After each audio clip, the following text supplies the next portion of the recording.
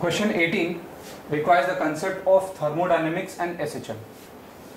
Now, the question reads as a cylinder having a piston of equal cross section placed vertically such that the gas is enclosed having a pressure P0 and V0 initially. The piston is initially at equilibrium. The mass of the piston is m. The area of cross section of the cylinder is A. The gas is having adiabatic constant gamma. When the piston is being displaced slightly, the piston follows SHM and we require what is the frequency of that SHM. We are also given that the system is isolated from the surrounding. That actually means that the gas is going to be, in fact, the process that is going to be occurring is going to be adiabatic in nature. Effectively, for an adiabatic process, we could write this quantity as minus gamma times P0 by V0. So if we rearrange the term, when the volume is being decreased, can we say the pressure is going to be increased here? Effectively, the change in pressure could be written as this. And this change in pressure here is related to the change in volume. As per the situation given, the change in volume is going to be the area of cross section into the displacement, that is going to be dx. Now, looking at the situation, certain extra pressure is being developed which will disturb the equilibrium of this mass. So, looking at that force acting on the piston, the extra force acting on the piston, we could write it as A into dP, which will therefore behave as the restoring force. Now, if you want to determine the acceleration so produced, it could be given as the force divided by the mass. So therefore, we will be getting this, and therefore we would be getting this. Now what we have derived finally is the acceleration being proportional to the small displacement. That actually gives you the idea of SHM, of piston. And if you consider the angular frequency of that SHM, we could simply write this constant term within the bracket as omega. Therefore, looking at the frequency of SHM, we could write that as omega by 2 pi, which could therefore be given as 1 by 2 pi under root of gamma P0 A square by m into V0. Looking at the option 3 therefore is the correct option. Question 18 is based on radiation part. A piece of metal at temperature theta is allowed to cool in a room at temperature theta naught. We require what is the corresponding graph of temperature versus time. Now, we could apply the Newton's law of cooling expression for such a kind of case and can check up that theta at certain time could be given as theta naught, which is the surrounding temperature, minus theta initial minus theta naught into e to the power minus k times T. That is the expression for temperature as a function of time, where theta I is the initial temperature, theta naught is the surrounding temperature, k is a constant. Now we can make out that this temperature is going to be decreasing with time exponentially. So looking at the graph of such a kind of case, we will find that when t tends to infinity, this theta becomes equal to theta naught. So effectively what we get the graph somewhat like this, wherein it will attain a value of theta naught finally. So what you get, temperature versus time graph as this, which is going to be, to check up option 3 as the correct option. Now question 19 is related to ammeter.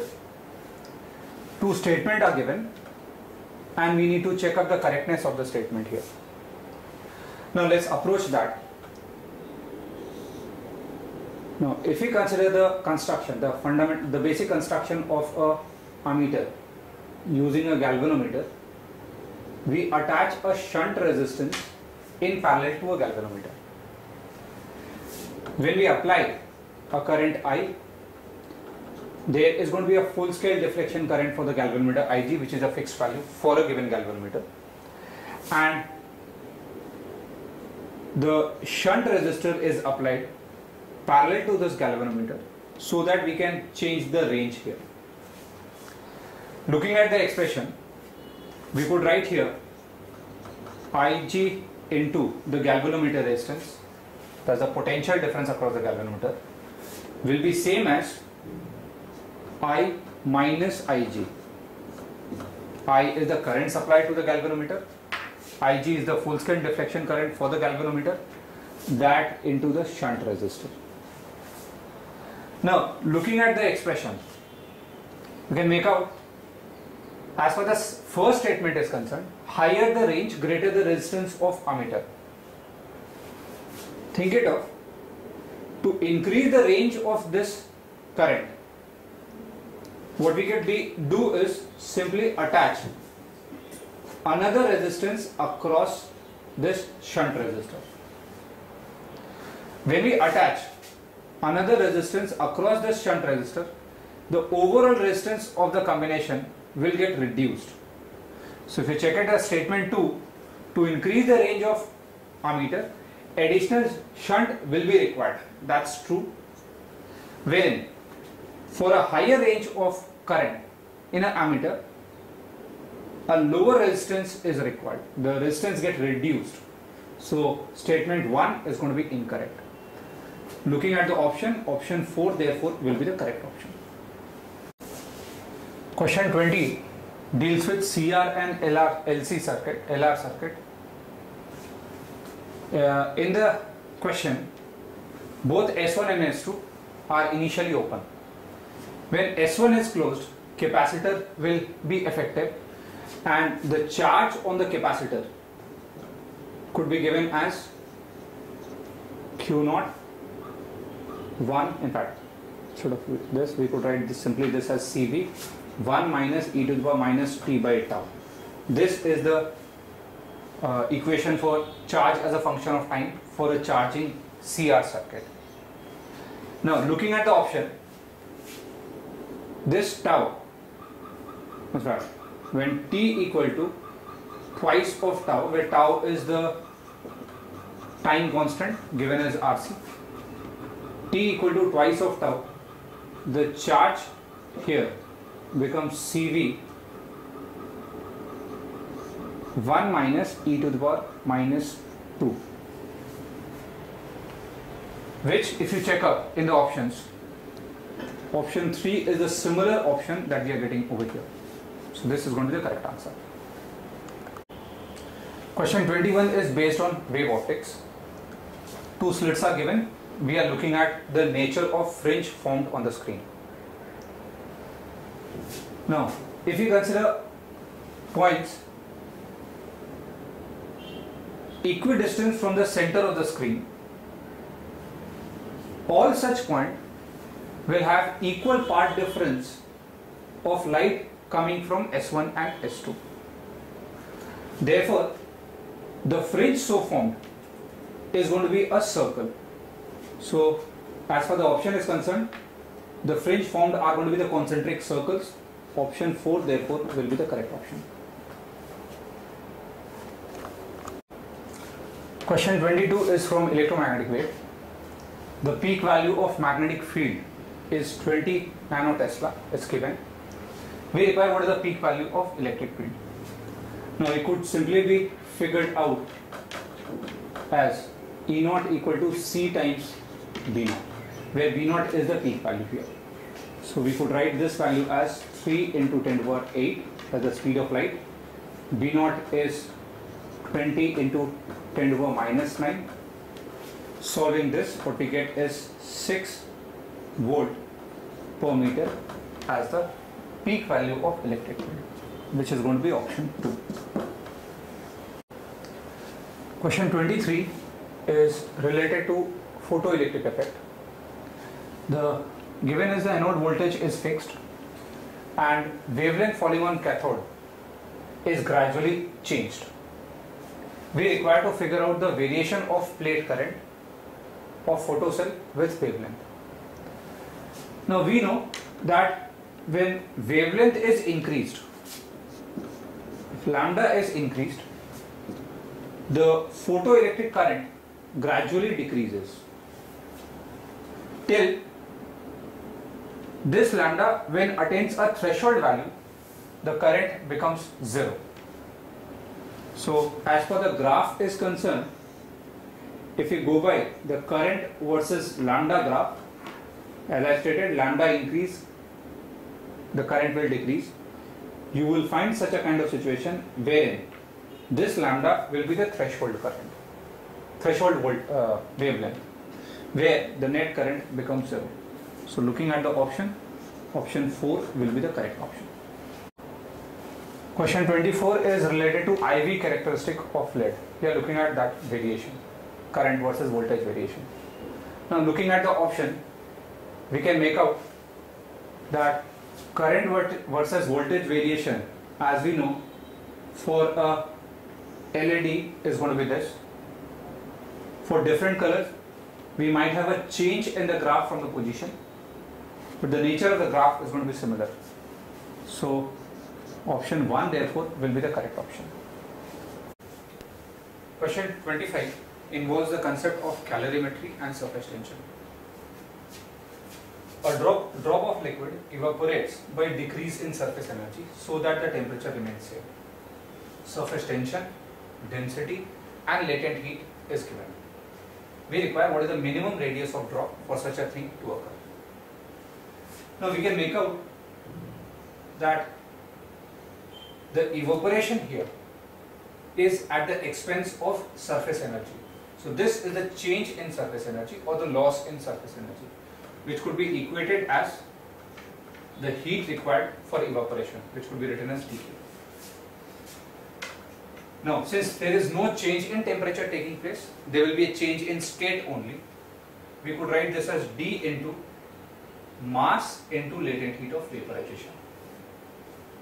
Now, if we consider a drop of radius r, the mass of the drop could therefore be written as 4 by 3 pi r cube into density. That's the mass of the drop, and that into latent heat of vaporization will therefore lead to, this entire expression will lead to the net change in heat or the net gain in heat. Similarly, if you look at the net loss in surface energy, we could look at the change of surface energy, which could be written as surface tension into the surface area. Solving this, what we get 4 pi T to R dr. Similarly, solving this expression, what we get 4 by 3 pi rho L 3 R square and into dr impact. Equating these two expressions, we get R as 2T by rho L. That therefore will be the correct option.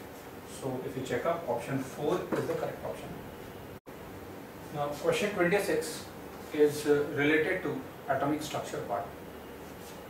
What is given, in a hydrogen-like atom, a transition takes place from state n to state n minus 1, where n is much greater than 1.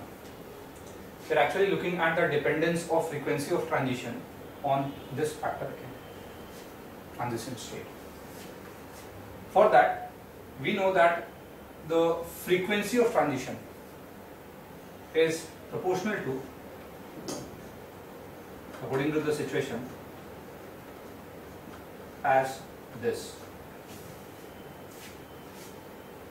So based on this expression, if we consider the net result, we could write this as n square n minus 1 whole square, and if you go by this expression, we get n square minus n minus 1 whole square, and solving this, we get this result as 2n minus 1 by n square n minus 1 whole square. Now, since n is much greater than 1, we could approximate this result as, if we take n as common, we could make out this result will tend to 2 minus 1 by n into n, and here n to the power 4, 1 minus 1 by n square. Now, since n is much greater than 1, we could consider this to be proportional to 1 by n cube. Now, looking at the option, f is being proportional to 1 by n cube, so option 4 therefore will be the correct option. Question 27 is based on prism. The graph of deviation with angle of incidence for a triangular prism is required. Now, there is a standard graph for a triangular prism, which is given as somewhat like this, in which for a given deviation we have two possible angle of incidence. So if you go by the option here, option 3 is the correct option. Question 28 is related to electrostats.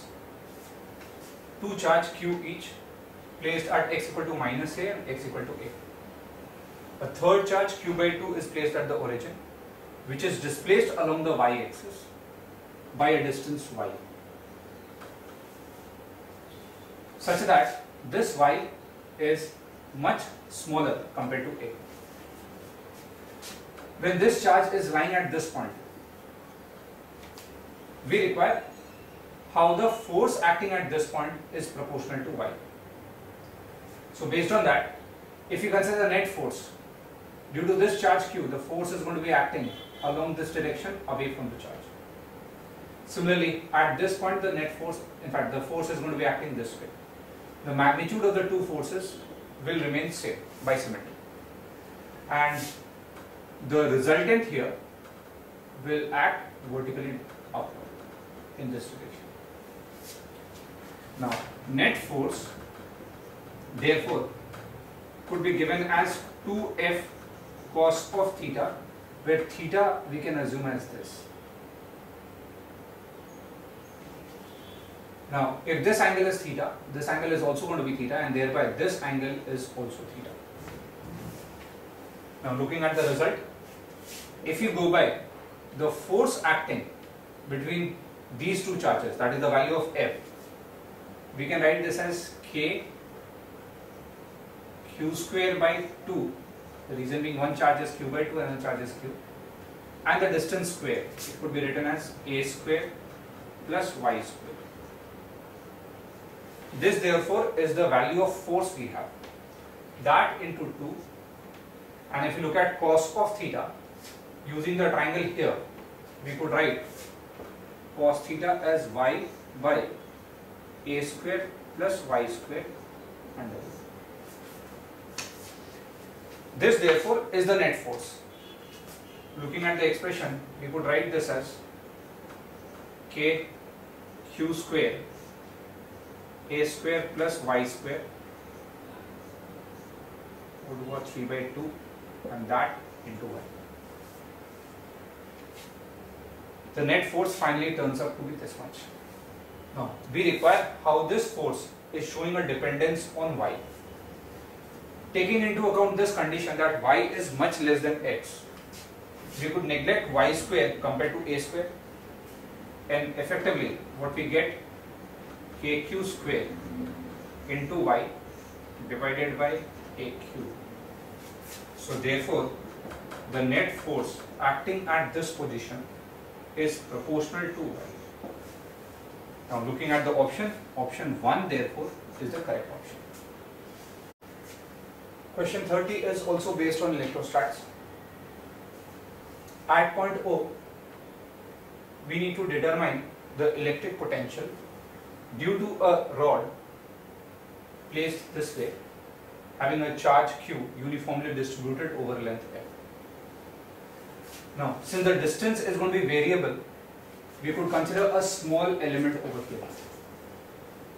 And let's say this small element is at a distance x from A, having a thickness of dx. Now, due to this small element, the electric potential at this point could be written as K dq by the distance, which could be written as L plus x. And the value of dq here could be written as K q by L into dx by L plus L. There's a small potential at O. If we require the total potential, we need to integrate this expression. So V would therefore turn out to be K q by L dx by L plus x integrated from point A to B, which is going to be from 0 to Q. Now looking at the expression, we get K q by L, and taking into account the integration of this is going to give you ln of L plus x. Putting the limit, we get this result as ln 2. So based on this, we get Q by 4 pi epsilon naught L ln 2, which therefore is option 4. Now question number 29 is based on magnetism. Two bar magnets separated by a distance of 20 cm is placed on a table with their north pole placed towards geometrical scope. Now the two magnetic moment of two bar magnet is given. The horizontal component of magnetic field is given. We require what is the net magnetic field at O due to both the bar magnet and the horizontal component. Now, if we consider the magnetic field given by a bar magnet at point O, that is going to be directed this way due to the first magnet. Similarly, if we consider for the second magnet, it will still be directed this way. So, if we determine the net magnetic field at O due to a bar magnet at the equatorial position, small distance from the center, the magnetic field could be given as mu naught m1 by 4 pi dq. Now this quantity is the magnetic field due to the first bar magnet. Similarly, if I consider the second bar magnet, the distance being same, this will be the net result. This is the net magnetic field due to both the bar magnets. If we consider the horizontal component of magnetic field, it will still be directed this way from geometrical south to geometrical north. So what we need to do is we need to add this horizontal component also, since that is acting in the same direction. Effectively, substituting the value of m1 and m2 as given and distance d could be written as 10 cm. bh is also given. Solving it, we get the net result as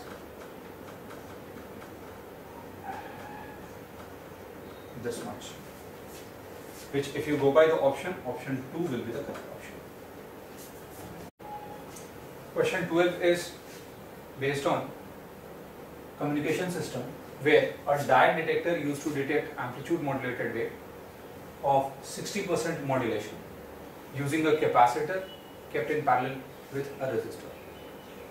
We require what is the maximum frequency it can detect. Now for that, the frequency for diode detector could be given as 2 pi RC. since we are looking at a maximum frequency for a 60% modulation, we could write it as 1 plus 0.6. So that on solving, we know the value of R and C, substituting the value, what we get is 10.62 kilohertz will be the answer. So option 2, if you check up, will be the correct option.